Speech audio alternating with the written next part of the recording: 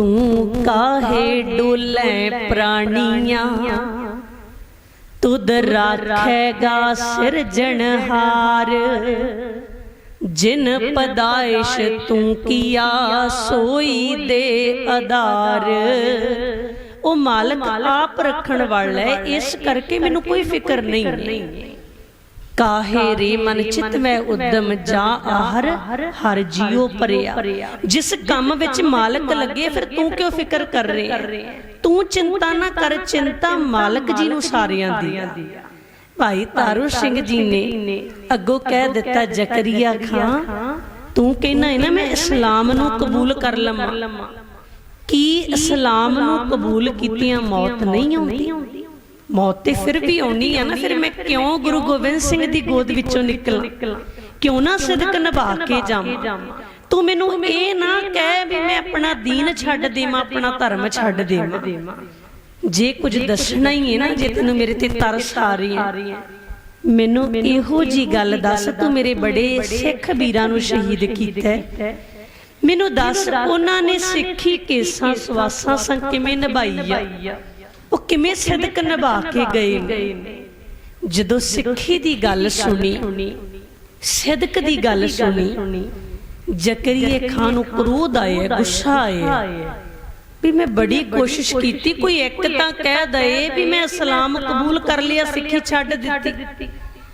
अज सोचिया सी शायद ये कह देगा, पर ये भी सिੱਖੀ निभाउण दी गल करदा।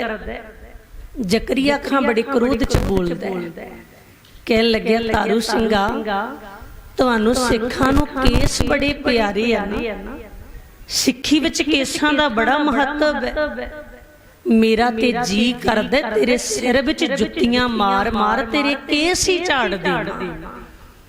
भाई तारू सिंह जी कहन लगे, भलिया ते वक्त दसेगा किहदियां जुत्तियां किहदे सिर च पैंदियां ने। सहज सुभाए भाई तारू सिंह जी ने कह दिता।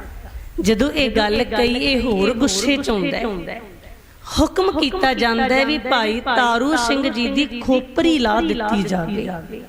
कसूर की है? सारा टैक्स भी भरदे रहे ने, अपने ढिड नूं भुखा रख के कोई दूजे नूं प्रशादा छकाए, ये किहड़ा कसूर है? बस इल्जाम ला दिते गए, फतवा ला दिता गया, भाई तारू सिंह दी खोपरी ला दी। हुण अगे बाणी पढ़न वाला गुरमुख प्यारा भाई तारू सिंह बैठा है, जिन्हां नूं पता है कि गुरु तेग बहादुर जी समझाउंदे ने, भै काहू को देत नह नह भै मानत आन। ना किसी नूं डर देना ते ना किसी दा डर मनना है। हुक्म होया खोपरी लाउण दा, सामने मौत है, डोले नहीं, घबराए नहीं, डरे नहीं। जलाद आए, भाई तारू सिंह जी दे हाथ बन्नण लगे। भाई तारू सिंह जी कहन लगे, भलिया तू हाथ क्यों बन्नदा? तैनू की लगदा भी मैं इन्हां हत्थां नाल तेरा हाथ फड़ लवांगा, तैनू रंबी चलाउण तों रोक दवांगा? जलाद कहन लग्या भी मेरे मन च डर है भी जदों भी अपने शरीर उत्ते किते सट वजदी है ना, कोई चीरा आउंदा, अपना हाथ उत्थे चलिया जांदा है, मैं तेरी खोपरी लाउणी आ, कोई छोटा मोटा चीर नहीं देना। मैनू डर है किते तेरा हाथ खोपरी ते ना चलिया जावे। जे किते हाथ खोपरी ते आ गया ना, इस जकरिए खां ने मैनू पता नहीं किहड़ी सजा दे देनी है, इस करके मैं तेरे हाथ बन्नना चाहुंदा।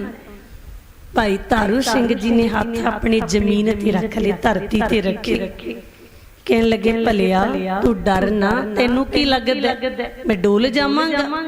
चेते रखी ए ओही खोपरी आ जिहदे उत्ते कदे आरा चलिया सी।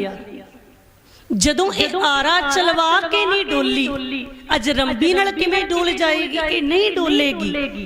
आ सिख दी जबान है, तेरे नाल मैं हाथ जमीन ते रखे ने, तू कर जिन्ना जुल्म कर सकदा, ए हाथ जमीन तो नहीं चुकांगा।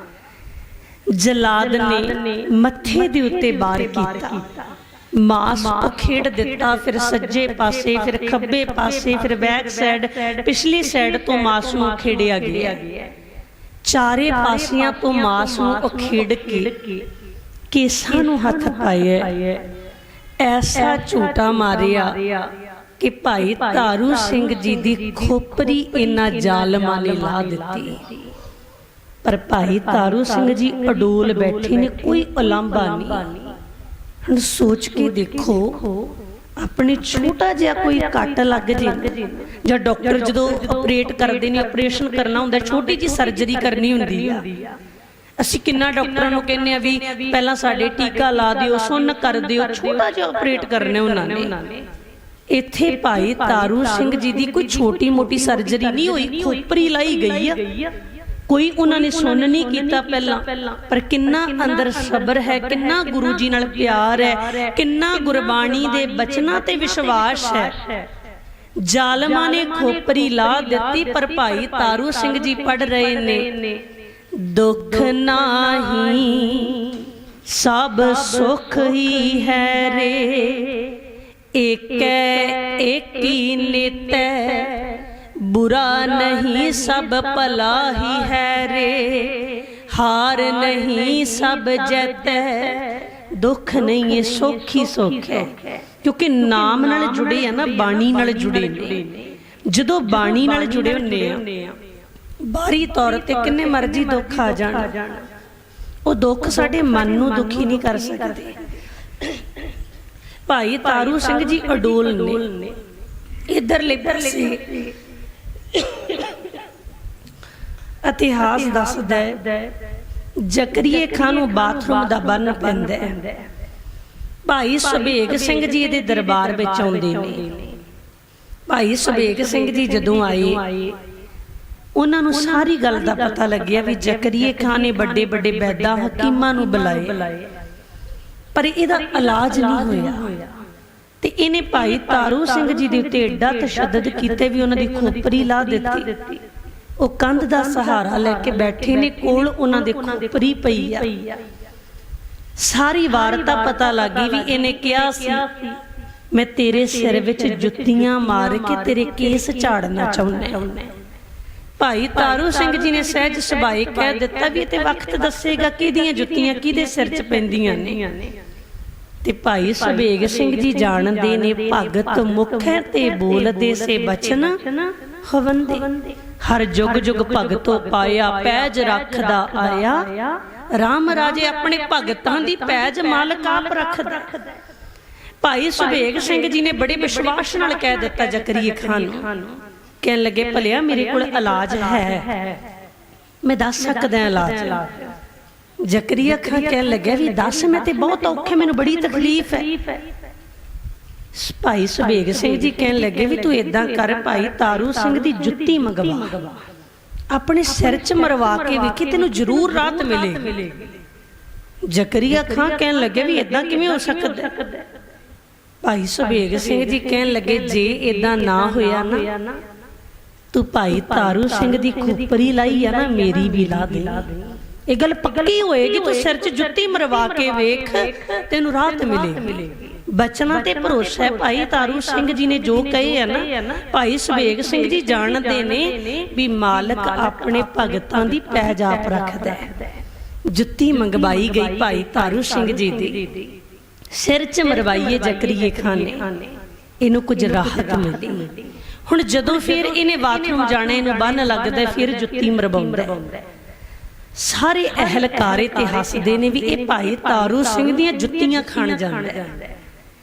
आखिरकार दुखी होके अपने सिपाहियां नूं कहंदे भी तुसीं मैनूं बन लो, चंगी तरह मेरे सिर विच जुत्तियां मारो, जिन्ना टाइम मैं ठीक नहीं ना हो जांदा तुसीं जुत्तियां मारनियां बंद ना करियो। मैं किन्नियां भी चीकां मारां, किन्ना भी कमां तुसीं रुक जाओ, पर तुसीं नहीं रुकना। इन्हें अपने मूँह ही ये गल कह दित्ती। सिपाहियां ने इहनूं बन्निया, इहदे सिर विच जुत्तियां मारनियां शुरू कीतियां। ये रोंदा रहा, करलाउंदा रहा, मैनूं छड्ड दिओ। पर उन्होंने एक ना सुनी, क्योंकि पहले ही कह बैठा सी मेरी सुनियो ना। जिस समय वो जुत्तियां मार रहे ने, इतिहास दसदा है ये पापी भाई तारू सिंह दियां जुत्तियां खांदा नरक सधार गया। बाद विच भाई तारू सिंह जी शहीद हुंदे ने 1745 दे विच। पहला जकरिए खां नूं अगे लाके लैके गए ने। आप मालिक जी ने पत रखी, क्यों क्योंकि भाई तारू सिंह ने गुरु नूं मिल के जिउण दा छज सिੱਖਿਆ। वो डरे नहीं मौत तो, वो घबराए नहीं, उन्होंने धर्म नहीं छड्डिया, ज्ञानियां वाली लैन च आ गए, किन्नी उच्ची अवस्था ते पहुंच गए, संत दी पदवी नूं प्राप्त कर लिया उन्होंने। क्योंकि कुछ विद्वानां नूं जदों आपां पढ़दे हां लिखदे ने, कहंदे भी जिहड़ा संत हुंदा है, संत दा हिरदा मखणी वर्गा हुंदा है। कुछ विद्वानां ने राय दित्ती भी नहीं नहीं तुसीं गलत हो, मखणी ते उदों पिघलदी है जदों उहनूं सेक लगदा है, पर संत दा हिरदा ते उदों भी पिघल जांदा है जदों किसी दूजे नूं सेक लगदा है। हुण भरा जंगल च बैठे सी, घरां नूं छड्डे, मां ने जदों ये गल दसी अंदर पिघल गया, मां मैं सेवा करांगा, सेवा नूं निभाउण दे लई खोपरी लोहा लई शहीद हो गए, पर सेवा तो मुनकर नहीं होनी। आओ किते साडा भी इन्ना प्यार गुरु जी नाल बन जाए, मौत दा डर भी नहीं आपां ते मनना, होर ते किसे दा मनना ही की है सदक निभाउण दे लई।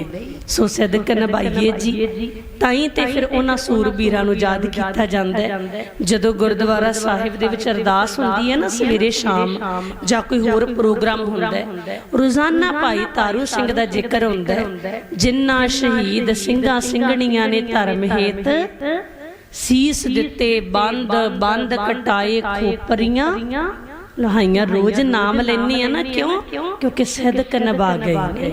आपां भी ये गल पल्ले बन्नीए जी, किसी पखंडी तो तां डरना ही की है, भी कोई कुछ करा ना दे, कर ना दे, फलानी जगह ते मत्था ना टेकिया, इदां ना हो जाओ ते डरना ही की है। क्योंकि एक मालक तो बिना किसी दा हुक्म नहीं चलदा।